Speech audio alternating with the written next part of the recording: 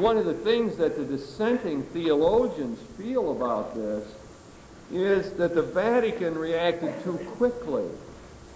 That to come out with an official statement at this point so fast doesn't make sense because we haven't had time to digest the problem. The theologians haven't kicked it around and haven't sorted it out. And that's one of the senses. Very often it seems as though when there's an official statement, many of us would be happier if it's been through the process, been thought about, not unlike the way our bishops did the Economics and Peace Pastoral, where there's all kind of time to talk about it and public discussion of it and objections brought out.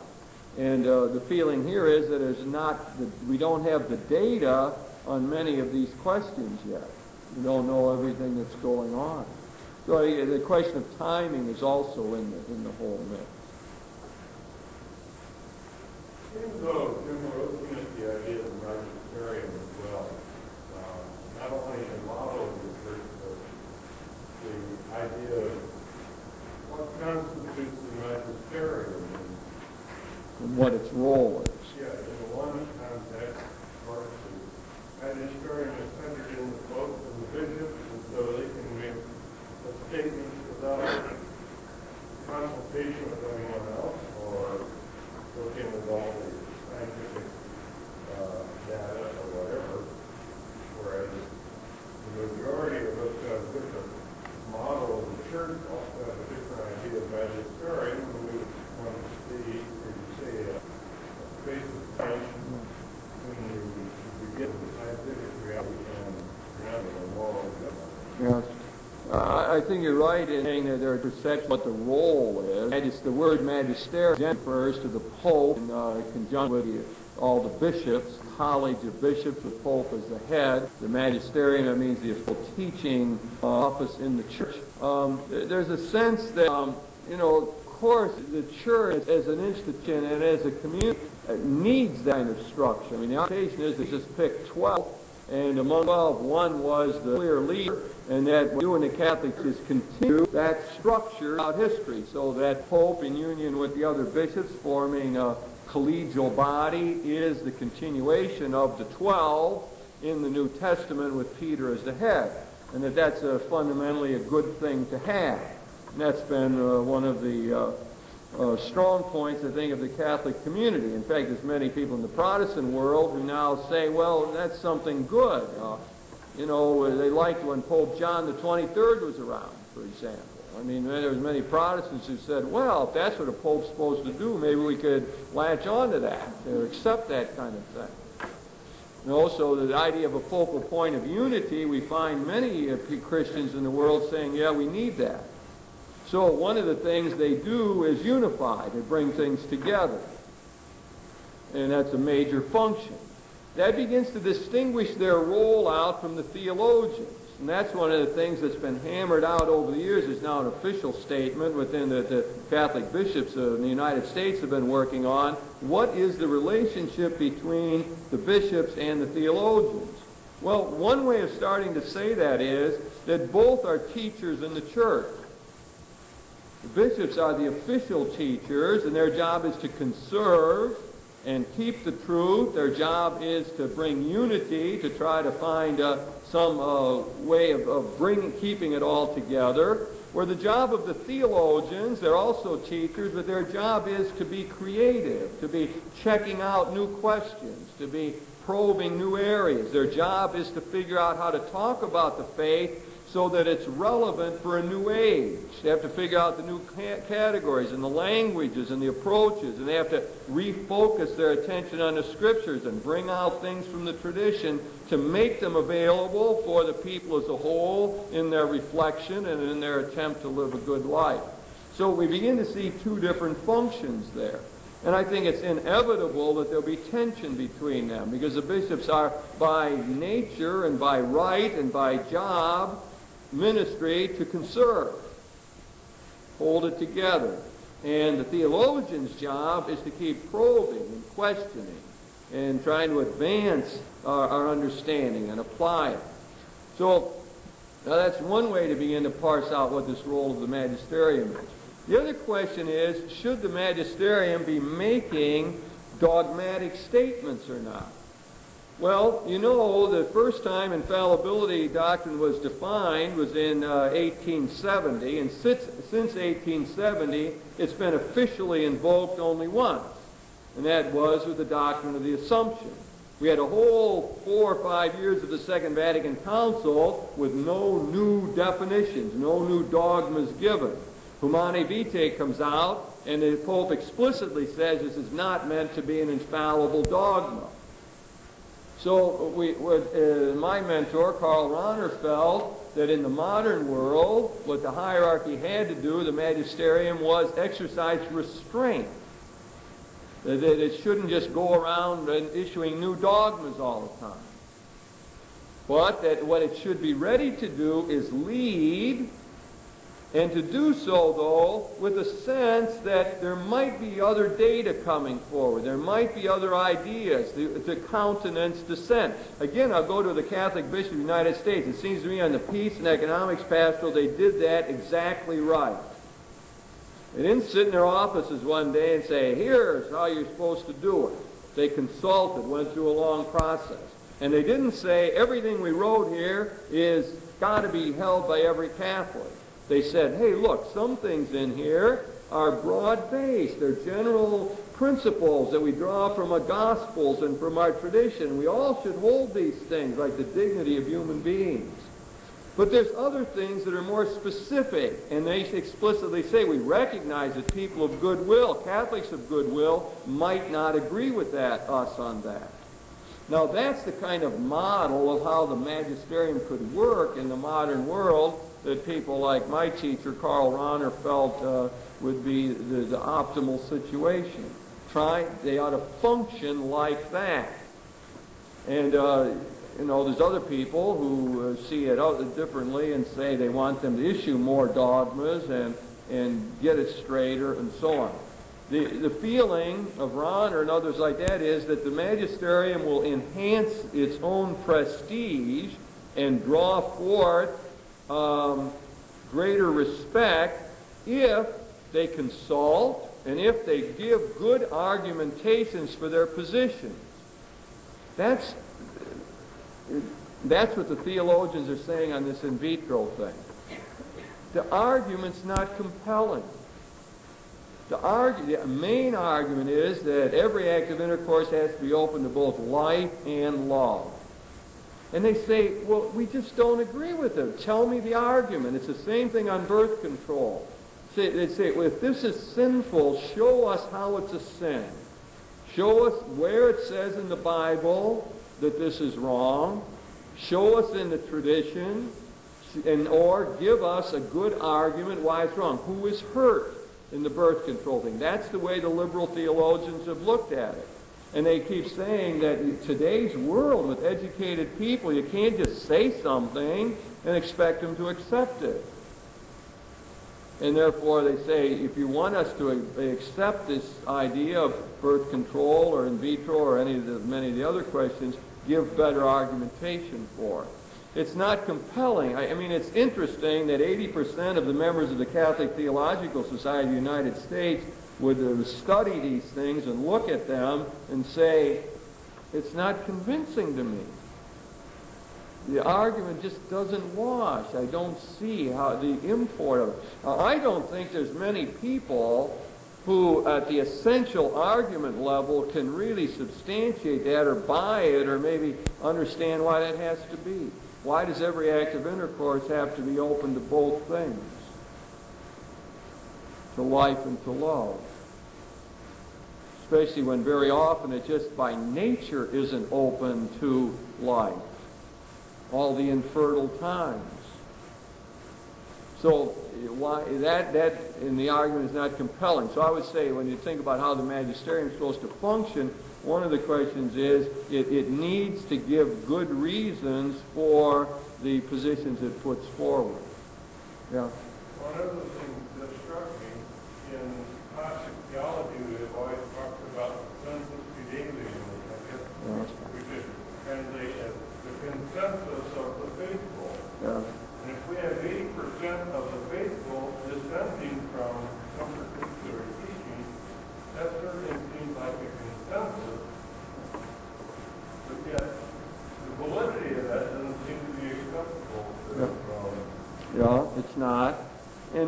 we've never said that that was just a mathematical statement, that there was such a percentage. There's always been a sense in the church that the common faith of the people is a very serious matter, that it's to be taken seriously, that it's a great indication of where the church should be as a whole, that it's one of the sources of our theology and of our teaching. In fact, the Second Vatican Council says that the whole people of God, anointed as they are by the Spirit, cannot err in matters of faith and morals. That's where it first locates. The whole people of God, the church as a whole, is protected from that. We've had a word for that throughout history. We've called it indefectibility. In other words, God, this Catholic sense has been, God will never let the whole church get totally messed up on an essential point. Now, in other words, that begins to broaden it out again, this teaching authority. Let's take one more, and then let's take a break, and then we'll come back and try to pull some of this together. Yeah.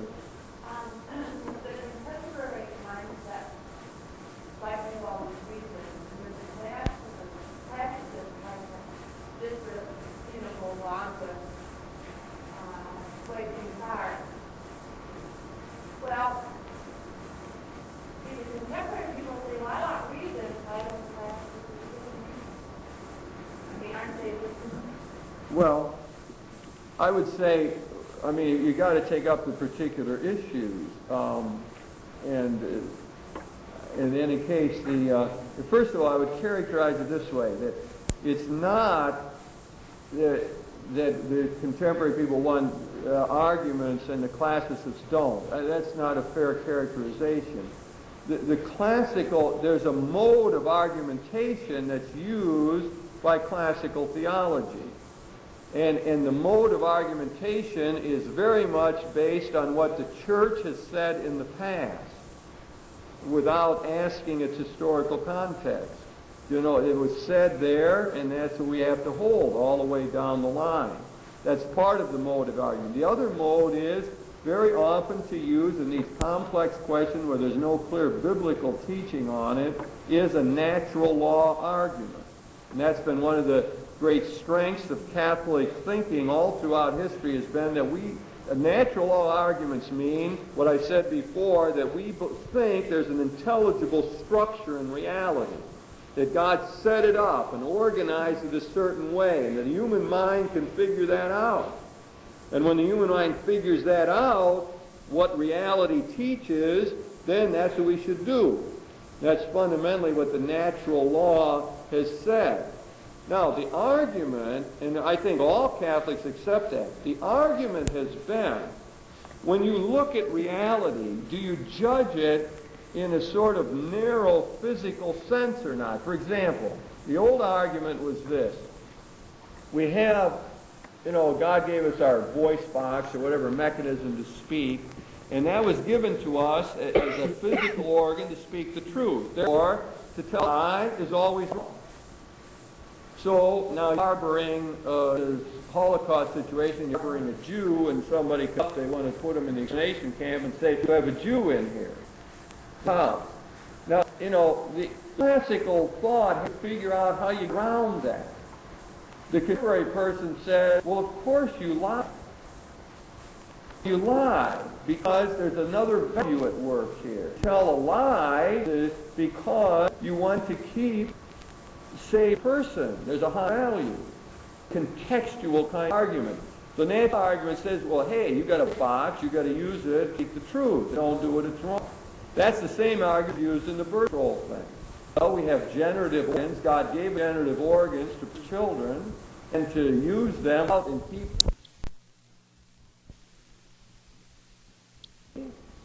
We don't go with the eyes. God gave us, wear glasses to enhance nature. And you can't just say the physical organ is given for this reason. You've got to, morality takes in context, personal relationships, circumstances, intentions. All those things have to be factored into how you make decisions. Both sides, they work on an argumentation. They both work on a natural argument, but they do it a different way and interpret it in a different way. And that leads to different sense of things. Your question is, well, why don't the classicists give the arguments? Well, that's been hard to do on these questions. On the birth control thing, which we've had a whole lot of time to work on, in the past the classicists said, aha, you shouldn't do this because Onan spilled his seed in the Hebrew Scriptures and was condemned for that. So that was used as an argument. And then, as time goes on, the Scripture scholars study about Onan, and they find out Onan's problem wasn't birth control. Onan's problem was that he didn't raise up children to his brother's wife. And he was violating the Jewish law that way. That's what his problem was. And so what the classicists did in the official magisterium did, they dropped that argument. Now you don't find Onan mentioned in the argumentation anymore, which leaves you without any scriptural argument against it. So where does the argument come? It comes down to this biological argument that every act of intercourse has to be open to both life and love. And that's the argument they give. And they present it, and in the minds of many of those people, and I've had opportunity to enter into dialogue, if you want to call it that, with some of them who are on that side, and they will say, for them, that argument's compelling. That argument makes perfect sense to them. They say, how come you can't see that? Why can't you see that? It's very clear to me. And in their frame of reference and that sort of approach to morality, it is a logical conclusion. And so they do give an argument. The problem is that people on the other side won't accept it. And they don't think it's compelling. In fact, they end up disagreeing with it. And that's what creates the problem. Let's take a little break here. Let's take a 5-minute break to summarize some other ideas here on the dissent question. One of the things that was at stake in the Charles Curran case, which was very important, and Curran kept pushing the Vatican on. As you know, the Curran case is now finished. I mean, he's not going to teach at Catholic University. He's teaching out in Southern California right now. He lost the lawsuit and lost everything. I mean, that's it. And he said he's no longer going to protest any of this, but has said that he thinks it's not been helpful for the church as a whole. For those who don't know, Father Charles Curran is a moral theologian who taught at Catholic University and was involved in a long question about dissent in the church on mostly sexual matters, and has been denied the right to teach theology at Catholic University. What other ramifications there are, and he went through the civil courts to contest this, and he lost in the civil courts. But one of the things that Curran kept asking the Vatican was for them to clarify what their own criteria were on dissent from non-infallible authoritative teaching. And the clear example of that is Humanae Vitae, the birth control encyclical. Non-infallible, but serious teaching, authoritative teaching, not something just to be passed off. Far more authoritative than this in vitro fertilization, which was not issued by the Pope, but by Cardinal Ratzinger's office. So Curran could think, well, the way you're treating this, since you won't tell me the criteria, your assumption is that absolutely every dissent is wrong. Every dissent from any authoritative, non-infallible teaching is wrong. And he says, but the church has never held that. It's never been that strict in the past. And one of the things he goes to is a 1969 statement by the Catholic bishops of the United States, who issued guidelines for dissent, which of course envisions the possibility that there is dissent. So they said, if you're going to dissent, you have to follow three things. So dissenting Catholics must respect the conscience of those who lack the competency for personal investigation of complex issues. What that fundamentally meant was that theologians shouldn't just go off and be real public about things, and when people can't really understand, those who haven't had the opportunity to study and train in that area can't really understand them. Secondly, dissent must be made with propriety and with deference to the magisterium. And of course, Curran has argued all along that he's kept these criteria. And I mean, certainly that one. He's always in his classes. He always gives the papal side of positions, and the magisterium side presents them as fairly as he can, and so on. And I think almost all scholars and people who know him agreed that that's how he functioned. He's a very moderate, careful scholar in that way. Thirdly, dissent must be made prudently to avoid scandal. So the operative point here is that our American bishops did go out and say, well, yeah, you can dissent, but you got to watch these three things. You can't just do it any way you want. Thus, effectively saying dissent is possible. In the Vatican position, with Cardinal Ratzinger, there's never been a clarification of what are the criteria for being able to do it. And the assumption has been, and the way they reacted to Charles Curran was, you couldn't do it at all, ever.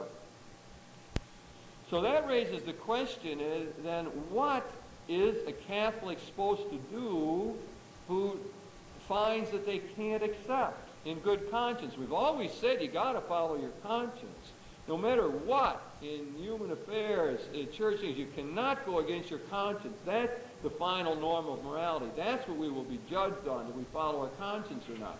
So what are you supposed to do if your conscience tells you that what is being proposed, an authoritative, non-infallible statement, is not right? Now, what the official documents have said is that for those kind of, well, let's use the code word doctrines for those, as opposed to dogmas, which are infallible teachings. For the infallible teachings, you have to assent to those. No, or else you're a heretic, and you cut yourself off from the body in one way or another. But what the Vatican said that you were supposed to do, this is the Second Vatican Council, with these doctrines is, you were supposed to give what they called a religious obedience of will and intellect. And the theologians have tried to figure out, well, what did that mean? Well, one guy says, and this is quoted by Richard McCormick, another theologian, he says, what a Catholic has to do when you're in this position is you have to make an honest and sustained effort to overcome any contrary opinion I might have, and to achieve a sincere assent of my mind. This means that the magisterium has to offer clear and convincing reasons for the teachings so that people can overcome their doubts. So even at, the more conservative theologians, for the most part, apart from Cardinal Ratzinger and his office, sort of open up the possibility of dissent, but they want us to think it through carefully and pray over it and try to see the other position and see if you can go along with it, and so on.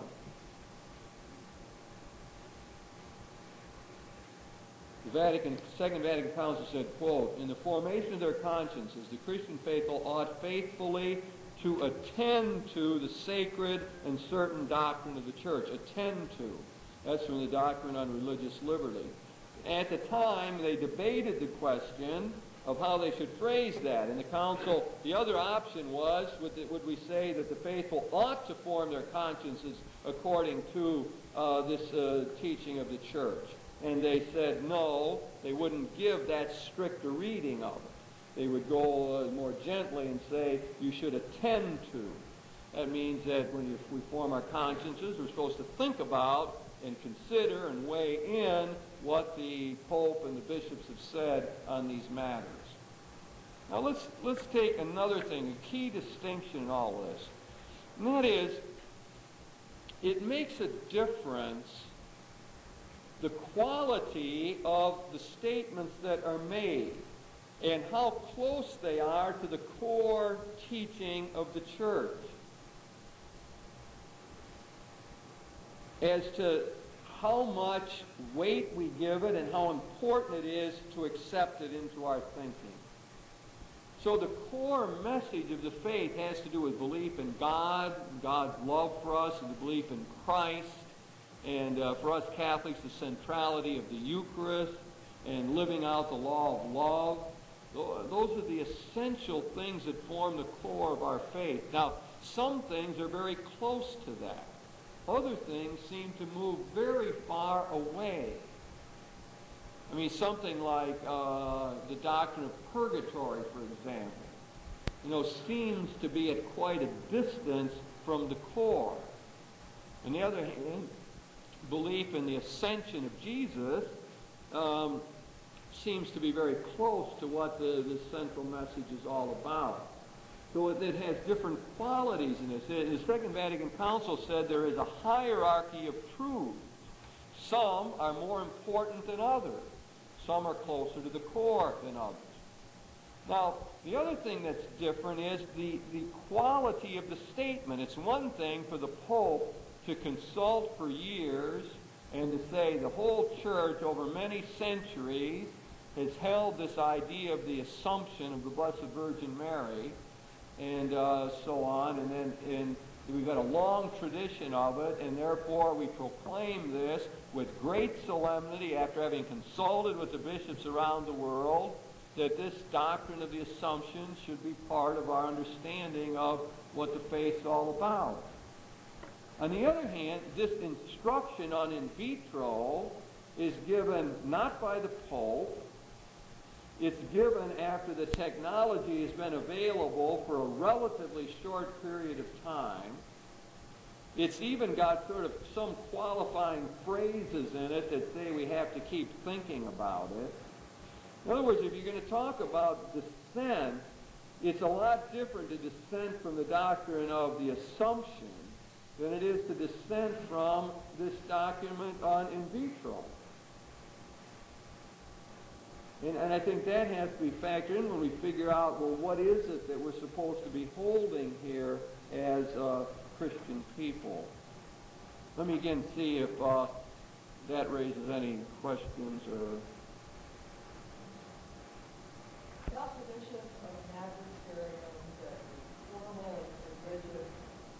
It seems from what I've been reading lately that the magisterium seems pretty restricted to what the Pope says, or Cardinal Ratzinger as the Pope.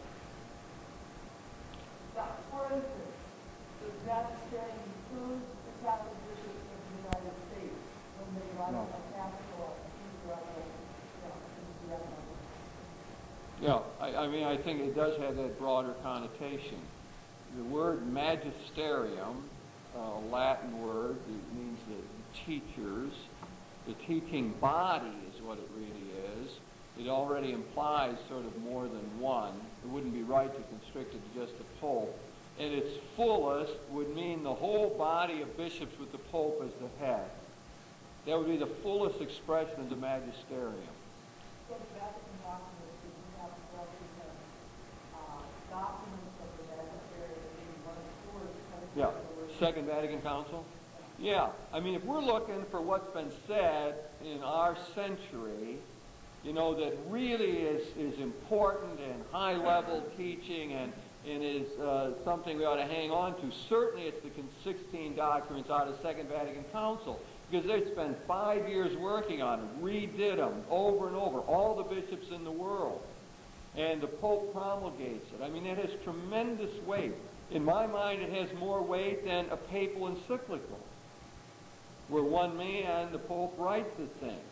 It has more weight than what the Catholic bishops of the United States say. However, they are still part of the magisterium and are exercising that office when they do it, when they do issue something formally. But the danger and what has happened in the 20th century, what's happened ever since the 19th and 20th century, is this constricting of the idea of the papal authority. It's almost like everything the Pope says, he gives an offhand remark to the midwives about sterilization, and it's picked up as though it's some tremendous teaching that everyone has to follow. Father Herring told me, how some of those, one of those, I think it's that very statement he made on sterilization. Supposedly the story was that this Father Hirth used to write all those things to the Pope. And he didn't have time to read them all ahead of time. He's going out for his audience and hands him what he's supposed to read, and he's sort of looking through it, and he says, "My heavens, is this right?" And he doesn't have much time to do it, and he goes out and says it in the audience. Well, we all know any big, important people these days, you can't research all these things. You don't have time. And to make them all, you have people who write things for you. And so every time the Pope gives some statement to an audience or something, it can't have the same kind of weight that what the General Council of the Church has had, like Second Vatican Council was. You have to make nuanced judgments about it as we look at all this, so that, and in the instruction on in vitro, to use that example, it just doesn't, it doesn't have that kind of weight, in my opinion. No.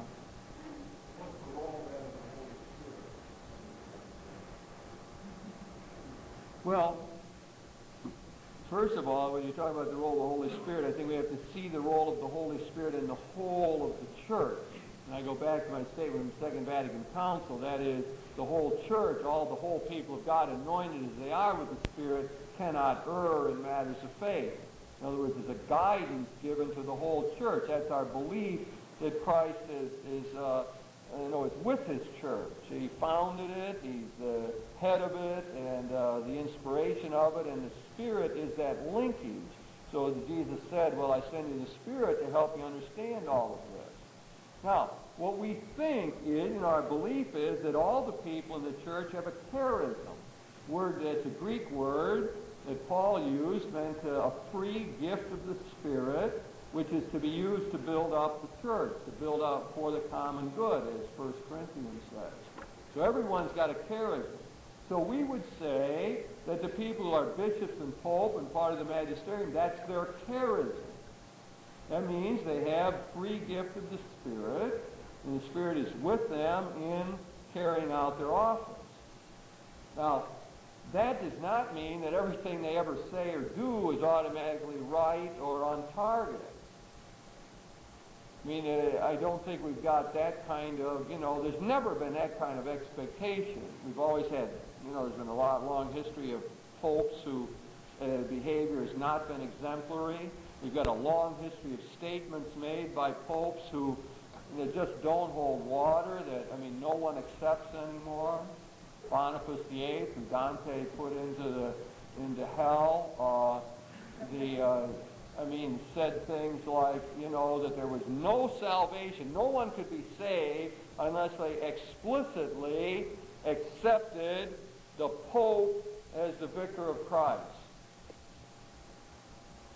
Well, nobody holds that now. Second Vatican Council, so what are you going to say about that? You can't say that the job of the Holy Spirit every time someone like Boniface VIII opened his mouth was preserving them from error. Because you got too much that turns out to be wrong or doesn't hold water in the whole thing. And that we see from a light of further experience, the church as a whole no longer accepts. So what Hans Küng likes to say is that the Spirit will be with the whole church so that despite the errors, it will remain faithful to Christ. So that despite any of the things that go wrong, we will fundamentally move in the right direction and be a faithful witness to the Lord and to his teachings. So I say that, in answer to your question, the bishops and pope have a charism, a free gift, and their job is to lead. Their job is to unify, to reconcile, to pull it together. Their job is to conserve the tradition. And their spirit, the Spirit is with them to try to do that. They have to cooperate with that just like you do and I have to with our charisms to make sure that we try to be faithful to the call of the Spirit with us. But as we know, we can mess it up. We can misread it, get off the track, and I think that bishops are no different from us in that. They have their own problems of being faithful. They have their own particular set of problems. To be an authority is to have great difficulties, great demands, great responsibilities. Stakes are often high, and when you do make a mistake, higher than they are for you and for me.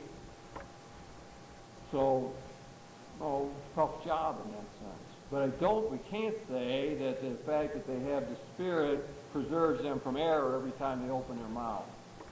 It just doesn't make sense, and it really has never been the claim.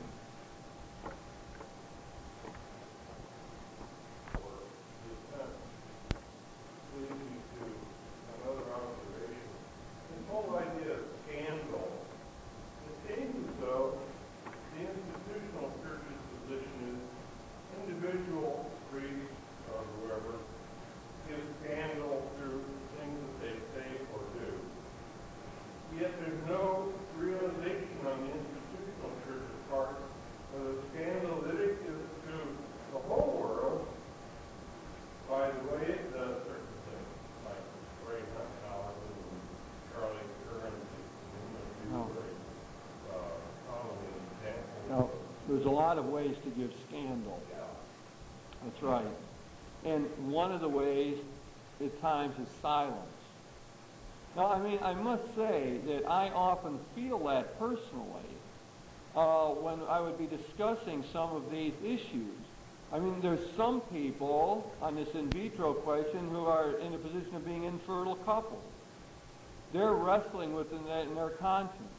They have a right to know, an absolute right to know that there's dissent.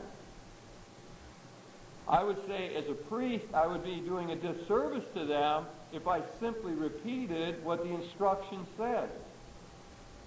Because they have a right to know that there's dissent in this, that there's a lot of people around who think that their use of in vitro, and maybe they've done it already, is perfectly legitimate, that it's loving. They need to hear that somebody says, well, we don't think that you're selfish. We don't think you're treating your baby like an object. There's people in the church who don't think that. So you can give scandal in a lot of different ways.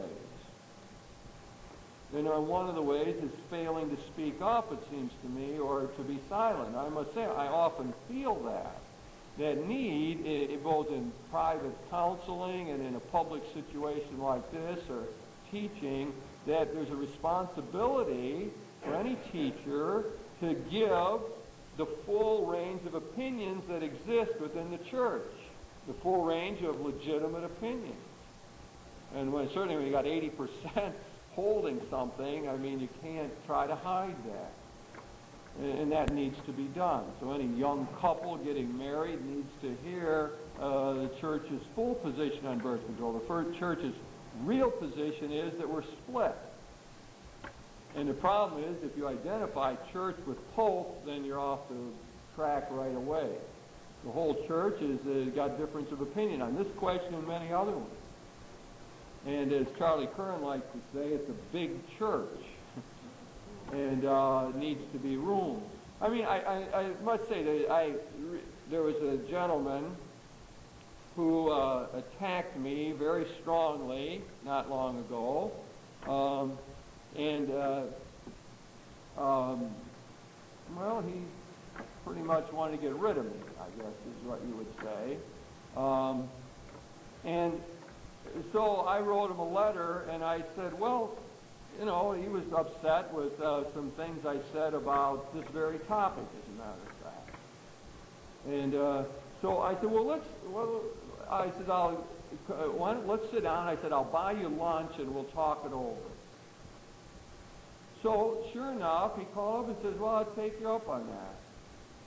And we went out, and we began to talk, and I had sent him a copy of my Gracious Mystery book to read. And he said, first things he said to me, he said, some of the things that we wrote about your father were really moving to me. First words out of his mouth in the discussion. We went on to talk about many of the tragic dimension of life and some of the great trying things that he had in dealing with his children and so on. And we went back and forth like that. It was very interesting. I mean, we were very simpatico, very good feeling about it all. And we went on to talk about other things. We talked about the Mass, the Eucharist, and what it meant to us. We talked a bit about Christ and who he was for us. Very easy conversation, very easy going. And I said to him after, I said, well,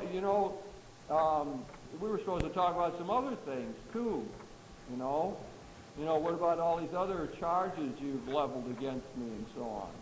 And we said, well, yeah, we disagree on some things. And he says, but, it really is a big church. It was a fascinating conversation. And we tried to what does all that mean? It's got a lot to say. I mean, he was, accusing me of being a dissenting priest. He wants the bishop to get rid of me and get me out of being a pastor and so on. And we have lunch together for 1 hour, talk about our deep feelings about our loved ones, and we're walking out, arm in arm. Well, it begins to bring up what the context for this dissent. It has to be seen in the light of larger things that we have in common. And I think it's important for some people to see dissent can be an act of love in the church. It can be an act of loyalty to the whole body of people, so that we make sure that the full range of opinions are out here and that people have more to go on in making their judgment. But even deeper than that, what we find out is that there's sort of Catholic sensibility about things, that if you get to that, find unity. And then beyond that and say there's a certain Christian sensibility that can get us together with our friends and our Orthodox friends. There's a certain monotheistic view that brings us together with Jewish friends. To start with the level we're tonight, there's a Catholic sensibility about things. I mean, he was married at Mass. He buried his folks at Mass. He remembers First Communion for himself and for his children. The Eucharist is central to his memory, to his imagination, to everything that he's about. And if we talked at that level, which is a level that really counts, we're fine. And I think that has to be kept in mind in the whole mix here. And you get to something like in vitro. Does he really want to kick me out for, first of all, I haven't expressed my view on in vitro very briefly on one occasion, I think, or one article. But, I'm not going around saying what my view, all night long I haven't said what my view is on in vitro. It's a very complex question, it seems to me. But, it becomes a minor question in the whole mix of what the Christian faith and the Catholic heritage is all about. There has to be a proper outreach like this, it seems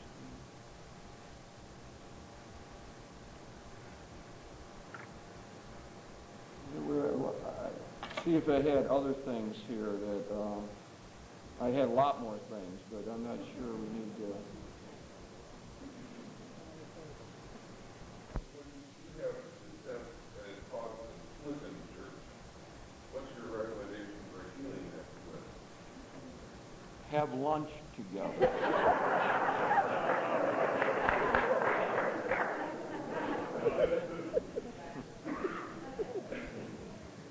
Yeah.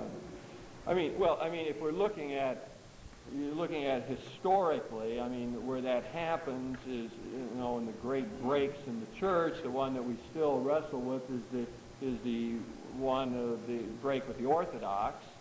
We need, with our Orthodox friends, there's ways, what has to happen there is the theologians have to wrestle with the difficulties, try to work it out.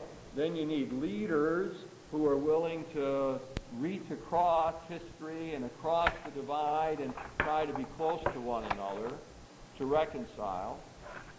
No, we need that. We need the people to be educated so they can move beyond it.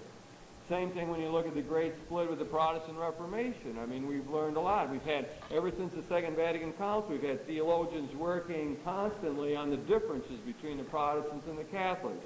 They figured out that, by and large, you put the same Catholic theologian and Lutheran theologian and a Lutheran theologian in the same room, and they can come up with about 99.9% agreement. So you work it out, hammer it out, then you need the leaders to make the reconciliation. Because in the United States, we've already done that at a practical level. We've all worked with Protestants or have neighbors as Protestants, and we know good ones, and we get along, and, we've already done that. And the theologians have done their job. That split will be healed when the leaders, the people at the top, they're the last ones to get together. The rest of us are together, the theologians and the average people walking around in the United States. Mainline Protestant churches. So that would be, the formula, again, I would use there. Now, when you get other kinds of splits, like within parishes, it seems to me what you have to do is to work at dialogue. There has to be a way to talk it out. And what happens, and suddenly as I'm talking about all this, I'm realizing I'm lecturing on pluralism next week. And wondering if next week's lecture is working its way in here, which would be very bad.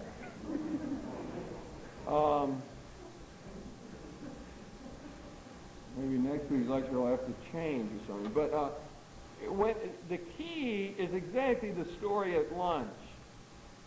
The key is to begin to talk about things that are heartfelt, that operate at a deeper level, even that the mindsets can destroy. I mean, I don't care whether you're classical or contemporary, you got to deal with your deceased loved ones. And there's probably a commonality in the way you do it. You can talk at that level and not fight. In fact, there's not much inclination to fight at that level, or to disagree. You might have a little different way of saying it or whatever, but we can appreciate something about what the other person is feeling.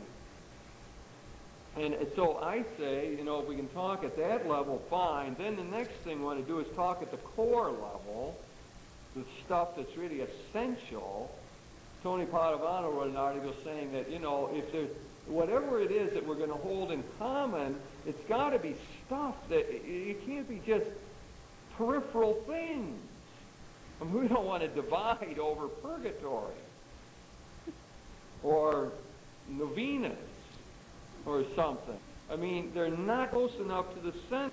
Now, if we don't believe in Jesus Christ, that he's the prophet and the absolute figure, or the Son of God, or phrases, captured, then we got a problem. Not that we can't reach one another, but we probably don't share faith together that way. And so we got to figure out that distinction between core and the other issues, and emphasize the core. So we emphasize the common human experience. We emphasize the core of the faith. Then we can go on and argue. But by then, hopefully, we've built up some trust with one another. Exactly what happened in this brief conversation.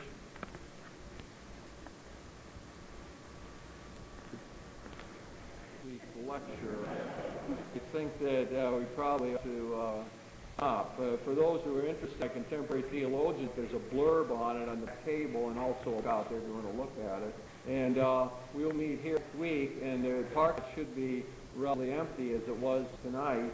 Open spaces, that's my presumption. It could all some event I don't know about, but I think it'd be fairly open. So I invite you to bring some other friends with you next week, and we'll talk about the church again, and perhaps the question of pluralism. We'll see. Thank you.